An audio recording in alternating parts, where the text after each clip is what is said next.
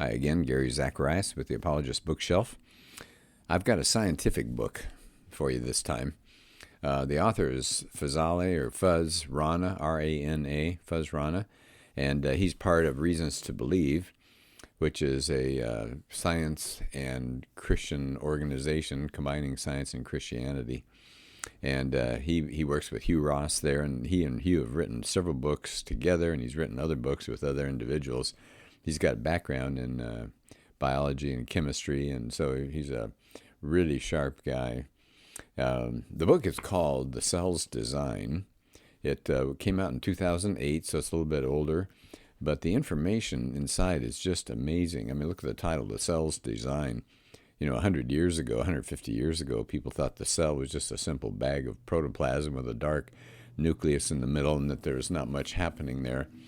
And of course, now contemporary science is learning about what's going on inside the cell. They can probe so deeply into it.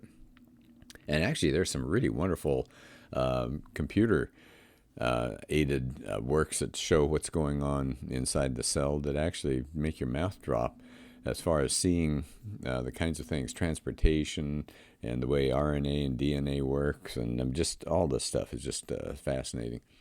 So this actually looks at the scientific and theological impact of some of the discoveries that they've been finding as they've probed inside the cell. And of course, the overall big picture is natural processes can't do this.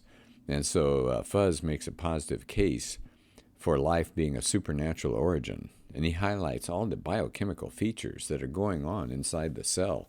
It's just astounding. And there have been a lot of people that have commented positively on the book. I would just say this.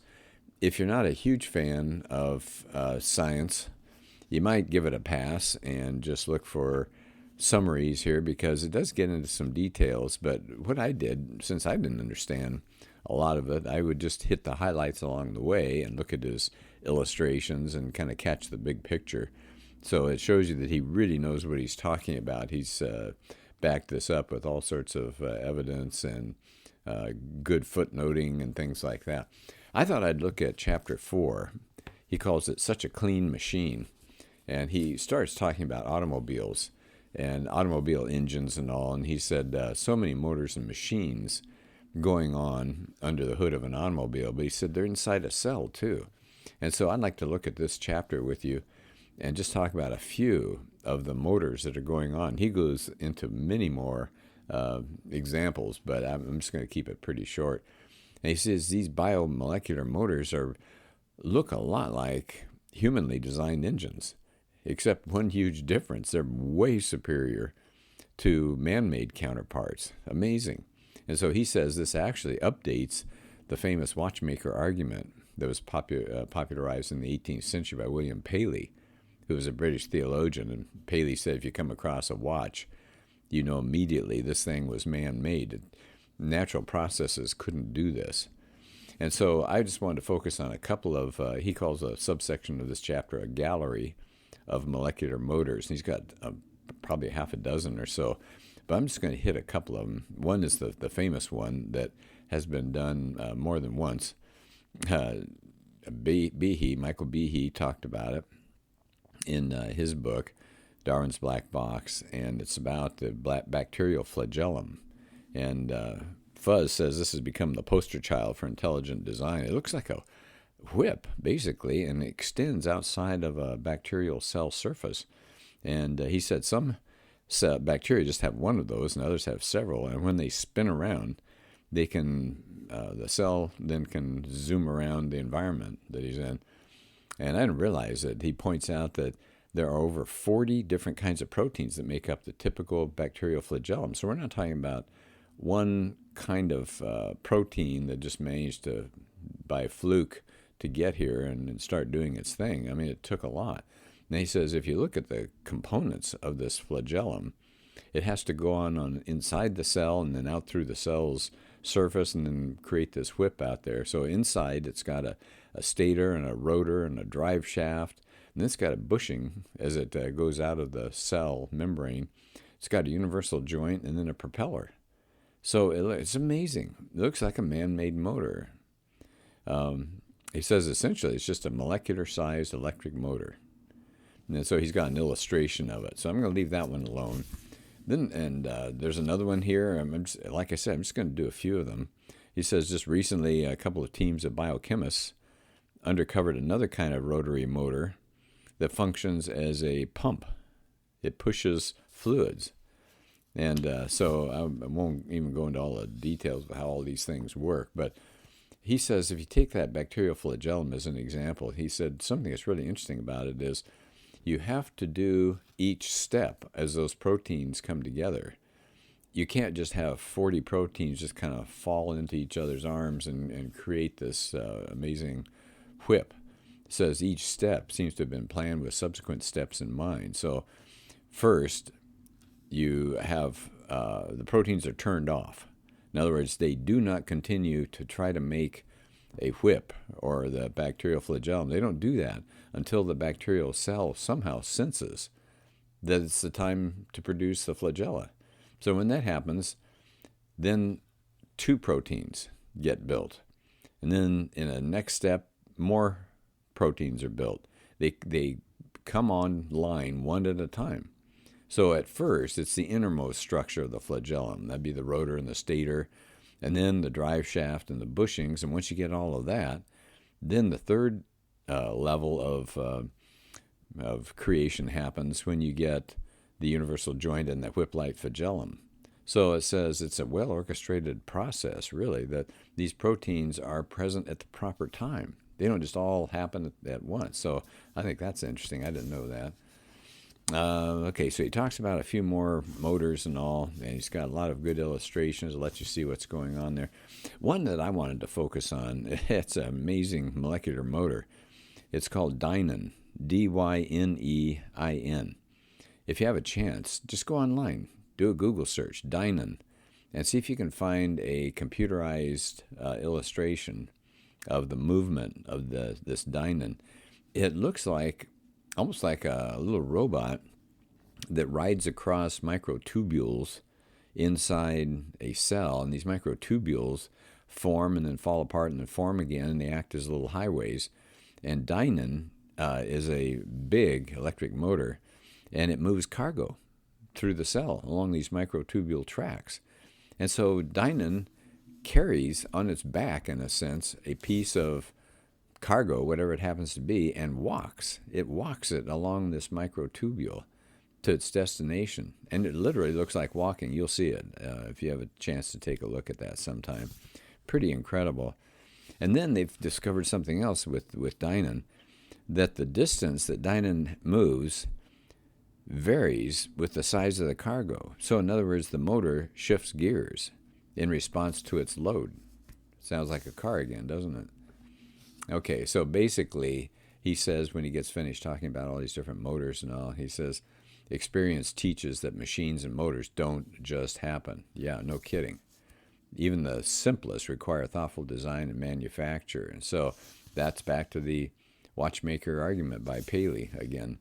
And so the watchmaker analogy basically is super, super simple. Watches display design, so they are the product of a designer, a watchmaker.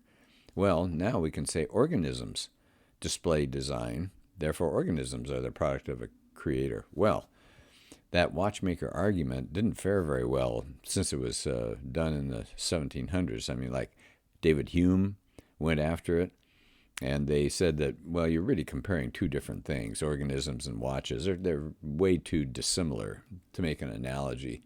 Now, other people argue that organisms aren't machines, and if you see them as such, you're taking the analogy too far. So this whole watchmaker argument rests on a particular question. Do living systems resemble man-made machines enough to warrant the analogy? And the follow-up question, if so, how strong is the analogy? Can you make a reasonable conclusion from this? And so he says that the discovery of all these motors and machines inside the cell on a molecular level really does give new life to that watchmaker argument. Biomachines that are found in all of us, inside our cells' interiors, show a diversity of form and function, just like the diversity of designs that you see when human engineers build things. And in fact, researchers are now going like crazy developing nano devices on the small scale, and they're finally able to create their own nano machines somewhat. They're not very good. They're motors, and they work, kind of. And it said the contrast, though, between these synthetic molecular motors designed by some of the most brilliant people in the world, and you compare that to the elegance and complexity of the molecular motors, he said it's striking. He said the scientists are working like crazy, but they haven't gotten anywhere close to the motors and machines that are going on inside of our cells. So, interesting stuff. Here we go. Let's take that a little bit further. They discovered some new biochemical machines. Say it adds to the number of different machines that are analogs to man-made devices. And they're satisfying the watchmaker prediction that we saw before. So let's do this. Let's summarize, because I didn't want this to get too picky and too detailed. But this chapter that I've been going through just elaborates some of the details of what's going on the molecular level, the complexity and the organization. I mean, you can see they're molecular level machines inside the cell. And that machinery logically gives you an idea that life's chemistry comes from intelligent design. There's an incredible resemblance between these little motors and what we design as humans, both in form and function. And so Paley's watchmaker argument is back, and it's stronger than ever. The molecular motors are irreducibly complex. Now, I don't know if we've talked about that yet, but the idea is that you can't take away one piece of any of these motors and have them still work effectively. So they all have to come together at one time. So gradual evolution designs won't happen. It will not create something like this. Now, Behe uses an example of a mousetrap. He says, if you just have that little plank of wood and a spring, if they evolve first, you can't catch any mice. So that's totally pointless. If at first the spring evolves and that little piece where you put the cheese, that little triggering device, that won't catch any mice. Well, what if you had a staple to hold the whole thing down? Well, that won't catch any mice. You have to have all of the pieces. They're irreducibly complex. Every single one is important. Every single one has to be there, or you don't catch any mice. So it's a pointless invention if it's evolution. And he says, work done in the area of nanoscience and nanotechnology just highlights more and more the machine-like character of these biomotors. And he says it shows the elegance of their design. They're doing way better than humans. The cell's machinery is vastly superior, he says, to anything that human designers can accomplish. He gives you an example. Bacterial flagella operate near 100% efficiency. Well, how are we doing as we make our electric motors and all? Well, our electric motors are 65% efficient, and the best combustion engines are about 30%. So run those two numbers by, 30% combustion engines, 65% electric motors. And what about the bacterial flagella? Nearly 100%. Wow. So his summary or his wrap-up at the end of the chapter, he says, is it really reasonable to conclude that these motors are the products of blind, undirected, see, that's the key, undirected physical and chemical processes? How is that possible when they're doing so much better than anything the human mind can achieve? And so he says the elegance and beauty of the cell's machinery cannot be overlooked when you're making a case for intelligent design. And so I think this is a really terrific answer to people who challenge Christianity and the Judeo-Christian idea of a God and a designer, because there's design. It's just screaming design. So this is, one more time, this is a book called The Cell's Design, and powerful information there. Now, Kenneth Boas says it makes a significant contribution to the growing scientific literature pointing to intelligent design. And so I think you might enjoy it. Again, it's a little heavy going in spots, and it depends. If you love that kind of material, fine. I got a little lost on it, but the parts that I just read to you let you know, and that was just one chapter, let you know there's a lot of good material here without having to get into the extreme details, the scientific details. So if any of Fuzale Rana's books are worth reading, interesting material. All right, well, thanks for joining me for this podcast. Hope to see you again.